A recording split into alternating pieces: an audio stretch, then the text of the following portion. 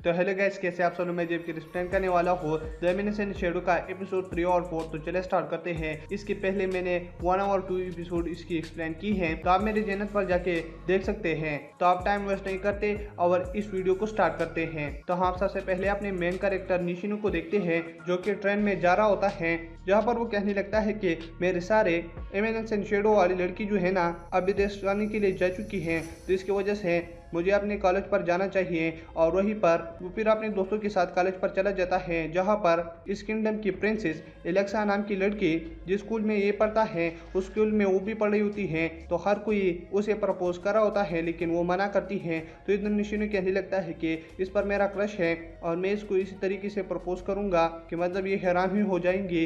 लेकिन हम देखते हैं कि वो ये सब चीज़ों की बात हमारा मेन कैरेक्टर एलेक्सा के पास जाता है और वो नहीं लगता है, लेकिन वो इतना ज़्यादा काँप रहा होता है कि मतलब मैं आपको क्या ही बताऊँ। और फिर वो किसी तरीके से एलेक्सा को अपनी फीलिंग बता देता है। तो एलेक्सा कहने लगता है कि मैं मान गई और मैं तुम्हारे दोस्त बनूंगी। तो ये देख निशिनो काफ़ी ज़्यादा खुश हो जाता है और फिर स्कूल में सारे लोग निशिनो की तरफ देखने लगते हैं कि मतलब जो लड़की हमसे पट नहीं रही थी वो इस लड़ने से कैसे पट गई। और इधर निशिनो कहानी के लिए बैठ जाता है, लेकिन हम देखते हैं कि एलेक्सा वहीं पर आ जाती हैं और वो काफ़ी शाही कहानी बुलवा लेती है। तो निशिनो उसके साथ गाने लगता है। तो ये देखकर सारे लोग और ज़्यादा हैरान हो जाते हैं। और इधर फिर वो स्वाट क्लास में भी चली जाते हैं, तो वो एक दूसरे के साथ तलवारबाजी कर रहे होते हैं, जिसे देख एलेक्सा काफ़ी ज़्यादा हैरान हो रही है कि मतलब निशिनो तो इस सब चीज़ों में काफ़ी ज़्यादा तेज है। और फिर स्कूल की छुट्टी होने के बाद वो दोनों फिर घूमने लगते हैं। तो निशिनो एलेक्सा से कहने लगता है कि तुम उस दिन इसलिए मेरे जीएफ बने क्योंकि तुम ये सब कुछ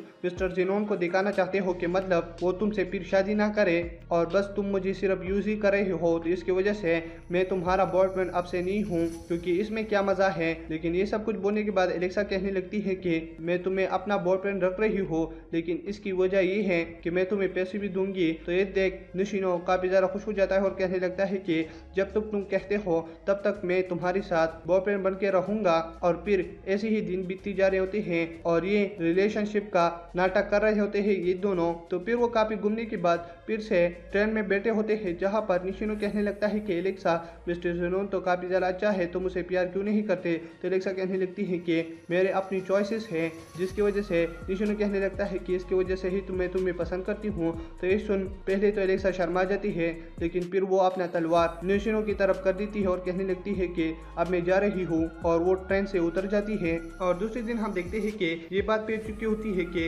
एलेक्सा को किसी ने किडनैप किया है और इसकी वजह से वो निशिनो को दोषी ठहरा देते हैं कि मतलब तुमने उसे किडनैप किया है। और फिर वहीं पर निशिनो को काफी ज्यादा मानने भी लगते हैं कि तुम हमको बताओ कि तुमने एलेक्सा को कहीं पर किडनैप किया है। और इधर हम एलेक्सा को देखते हैं, जिसको एक साइंटिस्ट ने किडनैप किया होता है और एलेक्सा के बगल में ही एक मॉन्स्टर लड़की होती है। तो वो साइंटिस्ट कहने लगता है कि मैंने तुम्हें किस लिए किडनैप किया है तुम्हें पता है, तुम शाही लोगों के ब्लड में डीमन का खून होता है, तो मुझे वो चाहिए कि मैं इस डीमन में वो इंजेक्ट करूँ और ये काफी ज्यादा ताकतवर हो जाए और फिर मैं इस दुनिया पर राज करूँ। तो एलेक्सा कहने लगती है कि तुम गलती कर रहे हो और मेरे ब्लड से कुछ नहीं होगा। लेकिन वो साइंटिस्ट फिर भी उससे ब्लड ले रही होता है, जिसकी वजह से एलेक्सा कहने लगती है कि मुझसे इतना ब्लड मत निकालो कि मैं मर ही जाऊँ।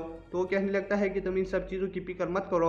और इधर हम एलेक्सा की बहन राइस को देखते हैं, जो कि कहने लगती है कि काफ़ी वक्त हो चुका है और निशिनो ने कुछ नहीं बताया, तो इसका मतलब ये है कि वो कुछ नहीं जानता, तो तुम उसे जाने दो और उस पर नज़र रखो। तो मिस्टर जेनोन कहने लगता है कि जैसा तुम कहते हो। तो इधर वो निशिनो को जाने दे देते हैं, लेकिन उसके पीछे वो लोग भी लगा देते हैं कि मतलब ये तो सच में गिरने पर नहीं है ना। तो इधर निशिनो कहने लगता है कि मैं खुद को हील कर सकता हूँ, लेकिन इन लोगों को मैं अब ये दिखा नहीं सकता, जिसकी वजह से मैं ऐसे खराब हालत में हूँ। और घर में आने के बाद वहीं पर अल्पा आ जाती है और वो कहने लगती है कि निशिनो तुमको जिस लोगों ने मारा है क्या मैं उसे खत्म करूँ। तो निशिनो कहने लगता है कि नहीं, वो सिर्फ अपना काम कर रहे थे और तुम उसे कुछ मत कहो और हमें एलेक्सा का किडनैपर ढूंढना है कि मतलब उसे किसने किडनैप किया। तो अल्पा कहने लगती है कि जैसे आपका हुक्म। तो फिर निशिनो अपना मन बदल लेता है और जो लोग निशिनो का पीछा कर रहे थे निशिनो उनके सामने आकर उसे मार देता है। और दूसरी तरफ वो साइंटिस्ट है ना, एलेक्सा का ब्लड लेकर उस डीमन में इंजेक्ट कर लेता लगता है, जिसकी वजह से वो काफी ज्यादा खतरनाक मॉन्स्टर में बदल जाती है और सबसे पहले ही साइंटिस्ट को मार लेती है और इधर एलेक्सा को आजाद कर देती है। तो ये देखकर एलेक्सा काफी ज्यादा हैरान होती है कि मतलब एक मॉन्स्टर ने मुझे बचाया, और वो इससे भागने लगती है, लेकिन आगे से मिस्टर ज़ेनोन आ जाता है और एलेक्सा कहने लगती है कि ये सब कुछ तुम्हारा काम था। तो मिस्टर ज़ेनोन कहने लगता है कि हाँ। तो इसकी वजह से एलेक्सा उसे लड़ने लगती है, लेकिन उसमें इतना ताकत नहीं होती कि मतलब वो ज़ेनोन से लड़े। लेकिन हम देखते हैं कि आगे से हमारा हीरो आ जाता है, निशिनो, अपनी शेडो वाले रूप में। और दोस्तों इसी के साथ ये दोनों एपिसोड खत्म हो जाते हैं। अगर आप मेरे चैनल पर नहीं हो तो मेरे चैनल को सब्सक्राइब करें और वीडियो देखने के लिए थैंक्स।